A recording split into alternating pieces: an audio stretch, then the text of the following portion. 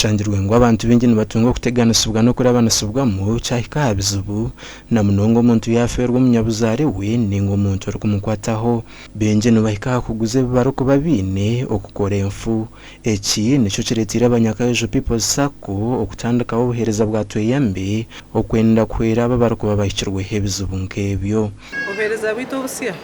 turebere ngo kufa n'ekigwerezi eco kutwa kuba ari yatiteketire nk'ikikubaho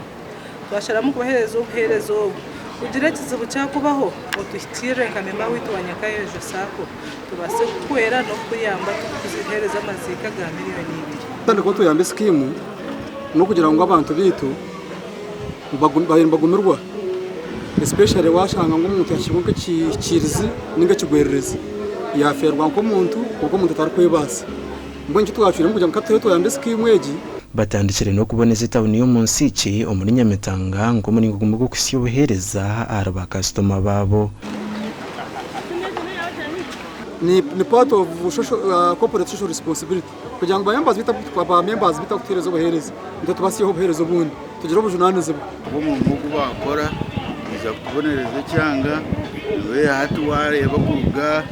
akizimbe cy'abafaza shumira kimwe norengo taroka vera kona ubwo hata abanyakaje people sako nibashaba abantu bono kwije bakabegitaho ubwe barukutunga obuherezo burije kubahwera mu byentunguka oyishe ngo obuhereza bwatwe yambo bo butandikirweho buri memba na shashuro mutaro gumo buri mwaka kandi memba gwe kwara kufana bamuhereza sente zo kurenga miliyoni 2 nkamazika obuhereza specific tubiteiro ba memba bitu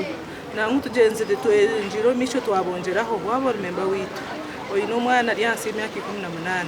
babasa kumwongera account yawe bitu no mushashuro mutwaro ubutumwa kubahereza no kugira ngo babase kujoininga nyakazo kosa kandi babase kubenefitinga ari ibintu tubinire omuriye cyo twinemo okugira ngo basa kufuna roni ombero biri byonka tubya kugira ngo igura account omare wiki no kugura account nencha kare tweza form ombero biri azurongazi oyine cyo supportinga business yawe yaberho ninga sentasi zawo zanzu kwemerera ombero bino zo kufuna account gasha kwa Christopher Yimbisubwe.